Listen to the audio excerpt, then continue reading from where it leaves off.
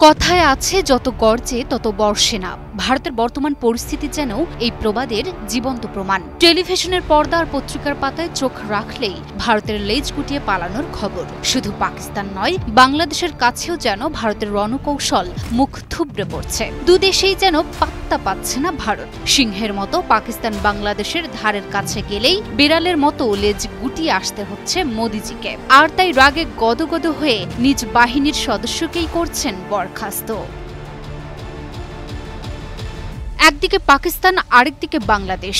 দুই প্রতিবেশী দেশের সামনেই মোদিজি সিংহের মতো গর্জন করেছিলেন। ভেবেছিলেন চারদিক কাঁপিয়ে তুলবেন, কিন্তু শেষ পর্যন্ত যে লাউ সেই কদু। যতই সিংহের মতো চিৎকার করুক না কেন, বাস্তবে দেখা গেল ধারের কাছে গেলেই সেই সিংহ রূপ বদলে যাচ্ছে এক বেচারা বিড়ালে। সাহসের পরীক্ষা দিতে গিয়েই মোদি বাহিনীকে বারবার পড়তে হচ্ছে লজ্জার মুখে।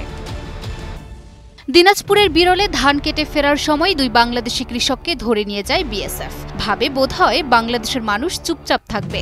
দেখতে না দেখতেই বাংলাদেশের সাহসী জনগণ ইটের জবাব পাথর দিয়ে ফিরিয়ে দিল। দুই ভারতীয় নাগরিককে ধরে এনে বুঝিয়ে দিল এখন আর আগের সেই বাংলাদেশ নেই। বাংলাদেশে স্বার্থ বিরোধী কোনো চুক্তি বা প্রকল্প আর চলবে না। এই ঘোষণার পর সরকার একযোগে ত্রিপুরা চট্টগ্রাম রেল সংযোগ প্রকল্প, আশুগঞ্জ আগরতলা করিডোর প্রকল্প সহ ভারতের সঙ্গে সম্পৃক্ত 10টি বড় প্রকল্প বাতিল করার সিদ্ধান্ত নেয়।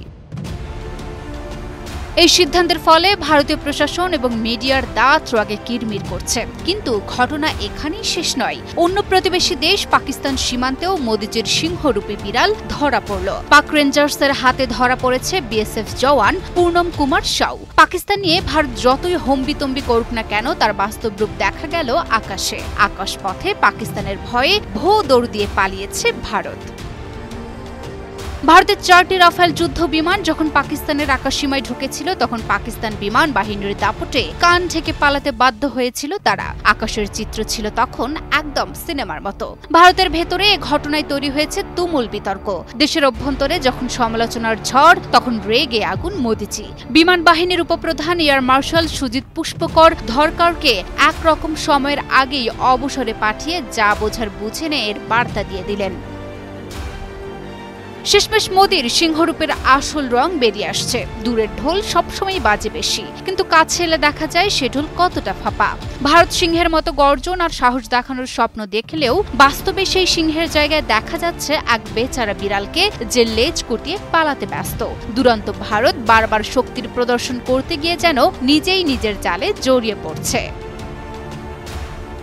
একটি শক্তিশালী দেশের প্রকৃতির শক্তি তার সঠিক সময়ে কৌশল ঠিক করার ক্ষমতায়। সিংহের গর্জন শুনিয়ে যদি শেষমেশ ভারতকে বিড়ালের মতো পালিয়ে আসতে হয়, তাহলে সেটা আর শক্তি নয়, দুনিয়ার সামনে এক বিশাল ব্যর্থতা। সাধারণ মানুষের চোখে বারবার যখন ভারতকে লেজ গুটিয়ে আসতে দেখা যায়, তখন প্রশ্ন ওঠেই, এই সিংহরূপী বিড়ালের আসলে সাহস কতটা? Desk report, news 24।